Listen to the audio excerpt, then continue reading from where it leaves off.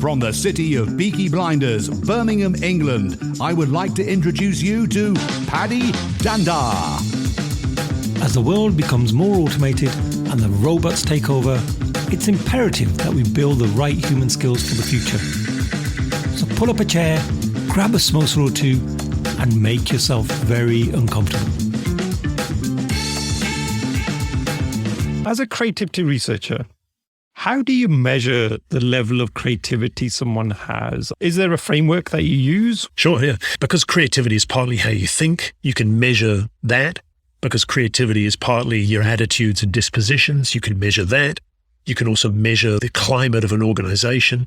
And the fourth thing that I didn't mention is the creative result itself. You can also look at products and artifacts and so on and judge whether or not those are creative. So to measure creativity, you kind of have to pick one of those four things and say, well, what is it about creativity? Is it the way people think?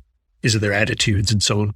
And each of those four areas has different scales, different measurements, different sort of processes and so on to assess creativity. So it depends, which one you're most interested in. Are there any online tools or tests that someone could take on a self-service basis that you'd recommend? There's an interesting new one, and it raises another interesting question about creativity assessment. There's one called the Divergent Association Test. And if you Google that, people will find that. And basically the test involves just entering a list of 10 words. And I won't preempt it and give anything away. So you go to this website, find the Divergent Association Test. It'll invite you to enter a list of words and it'll explain what you have to do. And it gives you a result that compares you to, and they've now had, I think, a few million people do it. So they've got a nice database and they'll tell you sort of where you sit relative to other people. So what that test is assessing is an aspect of divergent thinking. So it's, just the cognitive element of coming up with novel ideas or different ideas. It's a good starting point to get a bit of a sense of some of the underlying thinking. But it also raises an interesting aspect of creativity research, which is that test uses some machine learning or artificial intelligence to help with that process of scoring the test. And that question of using artificial intelligence to help assess creativity is a hot topic right now in creativity research. In fact, I do a little bit myself with one of the tests that I use, which traditionally takes a long time for a person to score, but we've found that we can train a machine learning algorithm to do the scoring for us and still get very accurate answers. If you were to look at the trends in terms of creativity from the past versus now in the current modern age, would you say it's generally increasing or declining or staying the same? Again, you're asking fantastic questions because, without any sort of prior preparation, you're hitting on all the sort of hot topics. My personal opinion is that, and I think there's a lot of evidence for this, that creativity has been going through a succession of waves of popularity, followed by a kind of quiet period, then another wave of popularity. And the one advantage I have in thinking about this is going back to my father, because he became a creativity researcher in what is now still, regarded as the very early days of modern creativity research. So creativity research kind of kicked off in the early 1950s. He did his graduate studies in the early 60s, still in that initial period. So I could say because I've asked somebody who was there that, the initial interest in creativity in the 50s and 60s was very much around human performance, human ability, and education. So exactly some of the things we've been talking about of, that there are more ways that people can exhibit their intelligence than just 2 + 2 = 4. And, people like my father in the early 60s, he was doing research on, say, the relationship between creativity and intelligence and, very quickly developed into, how do you teach people to be creative and so on. And so to answer your question, we've seen periods like the 50s and 60s, but then, it seemed to die off maybe a bit in the 70s or 80s. Another wave again, I'm not saying exactly the peaks and troughs, but there've probably been 3 or 4 peaks of interest in creativity, usually largely around the whole question of human skills, education, teaching people to be creative and getting the benefit of creativity in organizations. Then it's kind of died off and then it's risen up again. My personal theory about that is that at every peak, there's been a lot of interest in creativity, but then creativity research hasn't quite delivered the things that end users like school teachers and parents need. And so it's kind of died off again. And then maybe 10 years later, there's a new wave of interest. What's particularly important now, though, is like we're in another wave of interest in creativity. As you know, a lot of organizations like the OECD and the World Economic Forum are really highlighting the importance of creativity. And it's a hot topic again, but it's particularly important now because also of the rise of AI, this whole concept of the future of work and, machines taking over a lot of human tasks. And I think this time the peak may stay there, and we may finally get the really sort of good engagement with creativity because unlike those previous eras, we've now got almost an existential threat in the form of AI and automation. So, in the past, maybe we could afford to think, well, creativity is interesting, but we'll move on to something else. But now we face a future where a lot of people may find it difficult to get jobs in traditional roles because those jobs are being taken over by AI and automation. And that means now there's a very real necessity to say, well, what can I do as a human that a machine can't do? And I think it's very widely agreed that amongst other things, creativity is central to that. So the big advantage we have as humans is that we can do creativity in a way that AI and machine learning can't. And that's the future of work for humans. Oh, I promise, David, I didn't pay you to say that because that was really the ethos of this whole podcast. When I was initially thinking of what theme to focus on for this podcast, I do things like agility, creativity, and a bunch of other topics. But for me, when I boiled it all down, it was exactly that around human skills for the future. And I really want to help inspire people and give them hope that there is still a role for us as humans, because we constantly are bombarded with all of this talk about how technology is going to take our jobs and we're going to automate the world through these bots and robots and everything else. So that really is music to my ears. Even for my kids, I'm thinking, which direction should I be nudging them into, or at least making them aware that that's an area that may not exist by the time you grow up, or, the opportunities may be bigger here or there. So I think that's a fantastic way of looking at it, in that creativity is one of those things that are quite difficult to mimic, aren't they? So to write an algorithm to do everything that we can do is going to be really tough.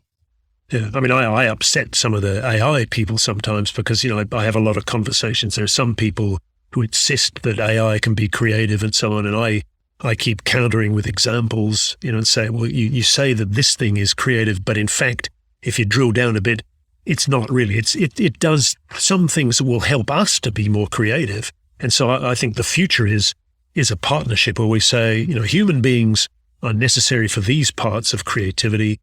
AI can help with aspects of it, but it's still my position, again, we're on the same page here, is that it always comes back to humans, because it's humans who have to decide what to do in the first place, and humans who have to decide whether the solution solves the problem. And without that, it's creativity is not just generating random combinations until you find something interesting. It's the bigger process of deciding that there's a problem that needs to be solved.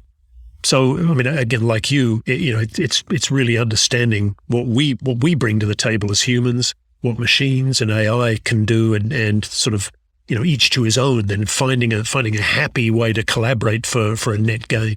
The other question I had was, you've obviously done lots of research, read lots of papers on this. What is some of the other interesting research that you've come across when it comes to creativity? Well, I'll tell you about one of my own. I mean, I'm being purely selfish here, but in about 2006 or so, I came up with this notion of malevolent creativity. Now, the concept that, creativity doesn't always have to be good sort of existed already, and people talked about negative creativity and positive creativity. But I think I really coined the concept of not just accidentally bad creativity, that say a machine breaks and hurts somebody, but deliberately bad creativity. So using creativity for deliberately negative or malevolent ends. And the driving force for this, for me, was looking at an event like 9/11 as a creative problem-solving activity. And it's uncomfortable to do that because, of course, it's not a nice thing to think of as a problem-solving activity. And yet, if you look at it from the point of view of terrorists, you have to admit they think they had a problem that they were trying to solve. And the fact is they came up with a very creative solution. It was highly novel and it was very effective, unfortunately, but you can't deny that it also fits the criteria for creativity. So this really led to a whole sort of chain of work looking at that, this broad idea of the dark side of creativity. It's specifically this idea that people can use creativity for deliberately negative ends, whether it's, to rob a bank or to embezzle money or to carry out a terrorist activity. And of course, it's more than just labeling it and saying, wow, that's interesting.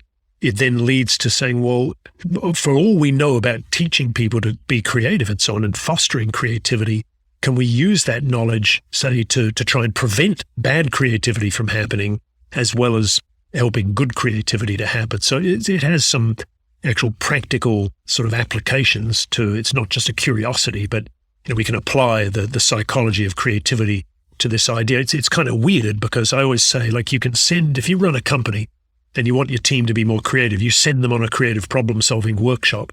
Now, we can't get a bunch of terrorists to all go on a how to not be creative workshop. So you also have to find ways of sort of indirectly, negatively, or suppressing their creativity, if you can, as a means for say, avoiding highly novel terrorist attacks or highly novel crimes. So it's a really interesting little area.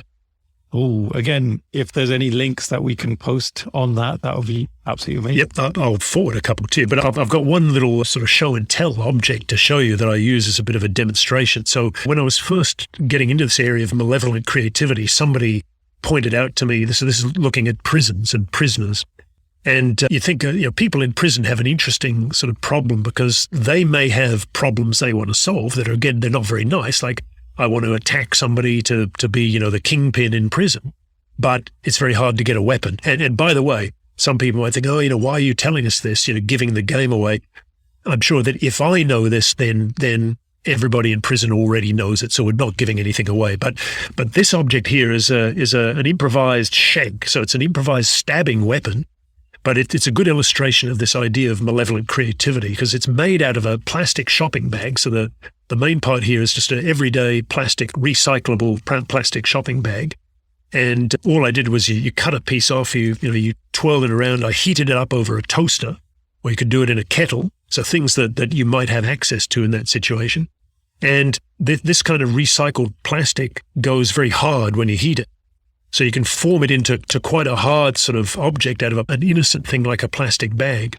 And then to make a bit more of a handle and stiffen it a bit, this is not a piece of string, it's actually a piece of cling film, then just rolled up and stretched out to make a cord. And then I wound that around there. And the cord itself is very strong. So, you could also strangle somebody with it if you wanted. So there's a plastic weapon that anybody could make without having access to special tools and so on. And it shows an element of this idea of malevolent creativity, that you can use the same thinking skills, the same divergent thinking, the same attitudes and so on to do things like this, which is creative problem solving. It might be something that we don't particularly like, but it still qualifies as a creative solution to a problem and kind of embodies this idea of malevolent creativity.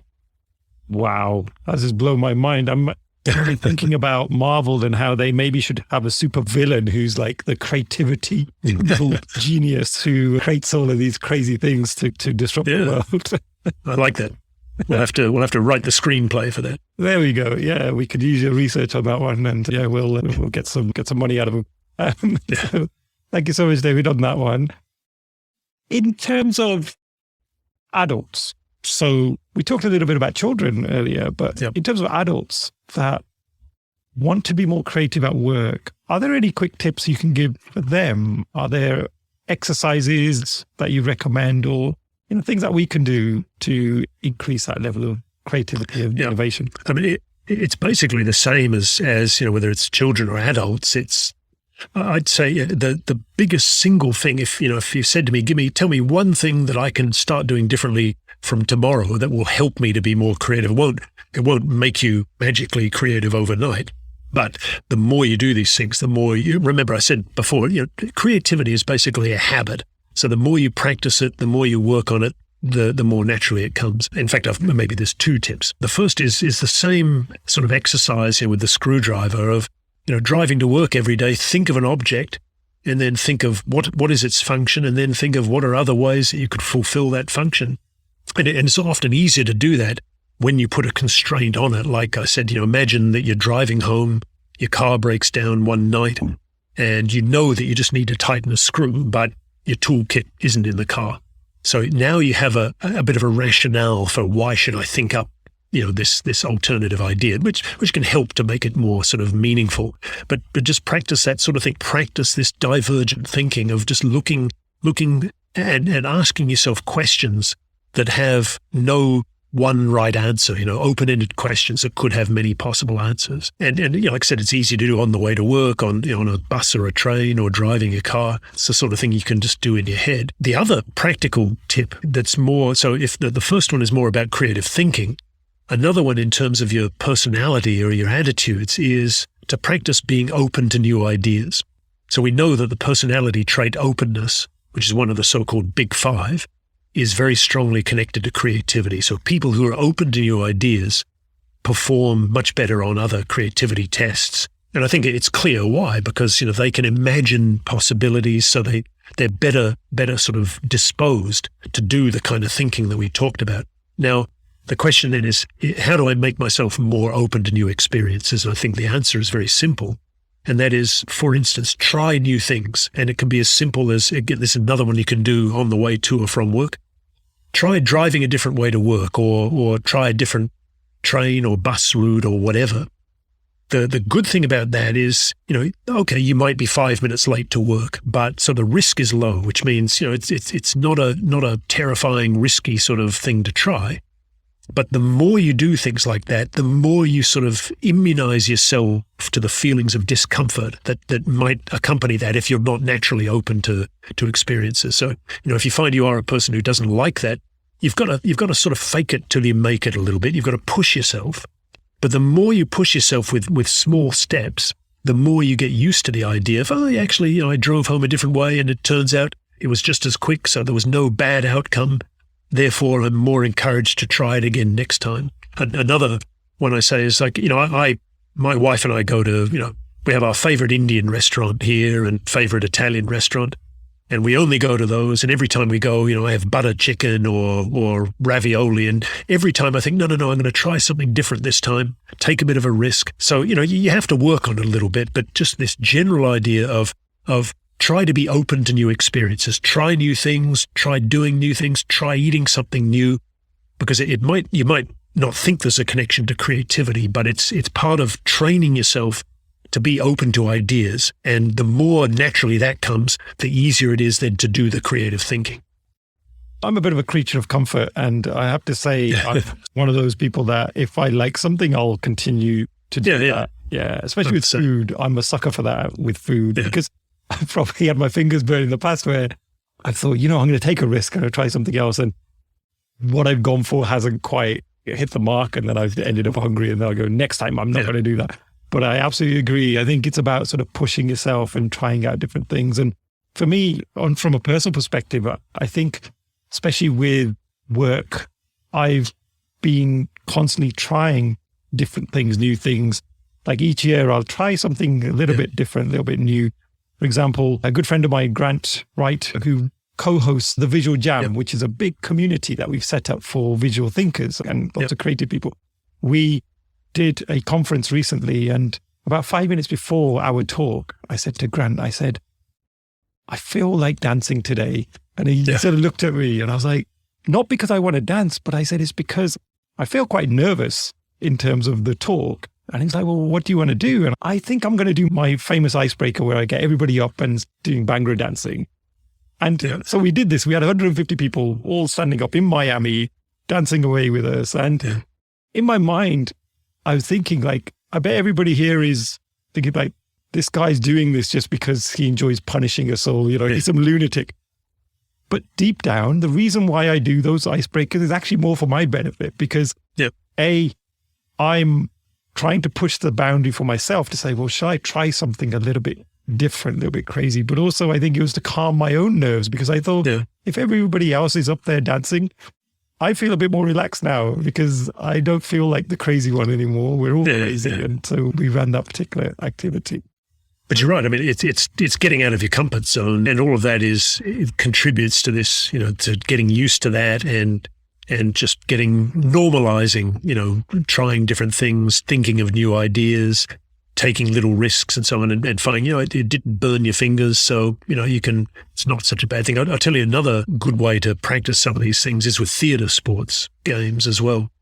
And because it's not that, creativity involves acting. It's just that theatre sports is an easy way, the sort of whose line is it anyway type games. It's a very easy way of getting out of your comfort zone and taking little risks, having to think on your feet. And remember, in most of those activities, there's no correct answer. So the next step of, the screwdriver exercise and the trying new things, say somebody, with a team that they want to help develop their creativity, the next good step, slightly more formal, would be, say, to get somebody in who does theatre sports and have a session like that.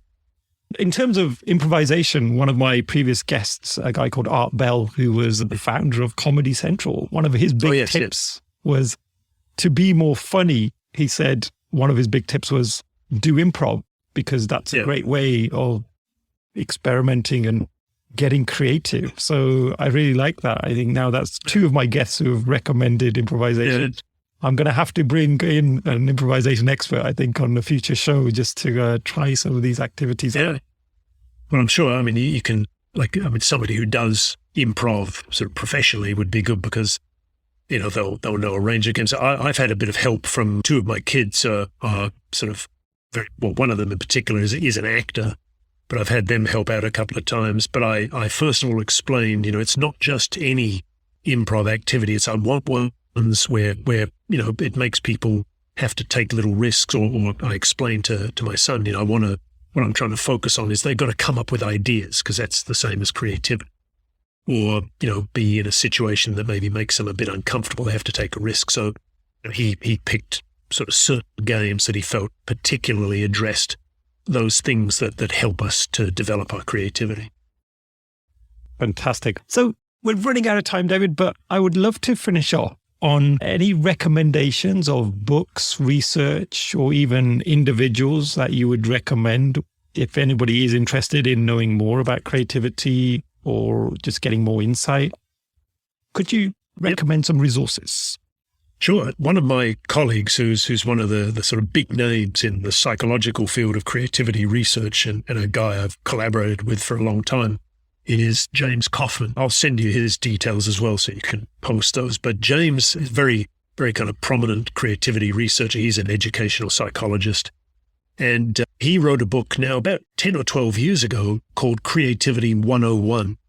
But the reason I mention that is it's a very good book in terms of it's easy to read. It's kind of pitched at a general audience. So, unlike a lot of academics, instead of sort of writing for an academic audience, James really wrote for a very broad audience, for parents, people not from a kind of academic background. And so a very easy to read book that really gives a very nice kind of reasonably sort of brief overview of all the kind of key concepts, a lot of the things we've discussed today.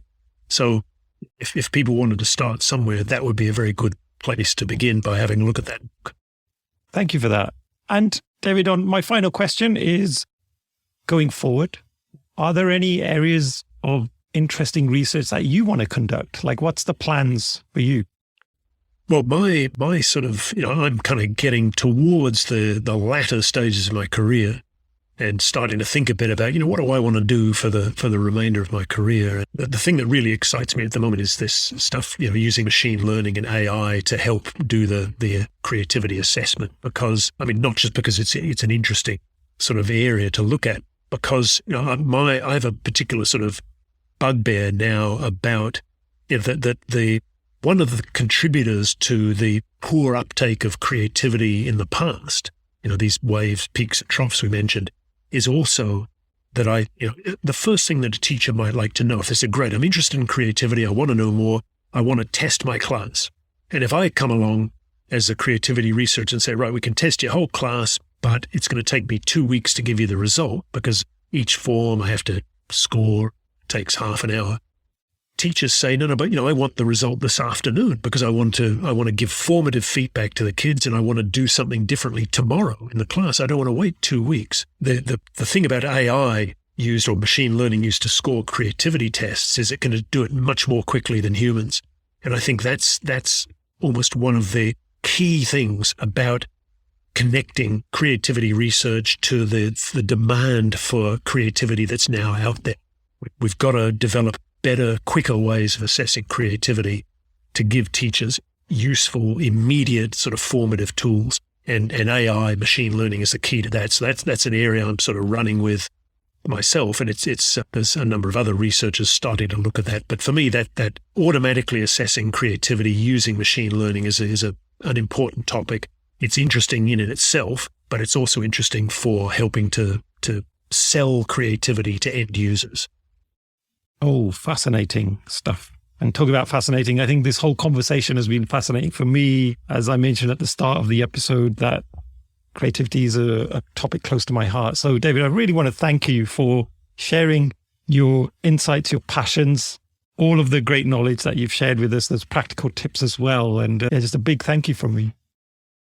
Thank you, Paddy. I mean, it's been fantastic. And, you've asked really relevant and topical questions. So it's clear that, we come from different sort of backgrounds, but are approaching the same topic. And I think what it shows is that, we're thinking about these things in the same way, which is good news, I think, because there's obviously like a clear understanding of what the need is and what some of the important things are in relation to creativity. So thank you for the excellent questions.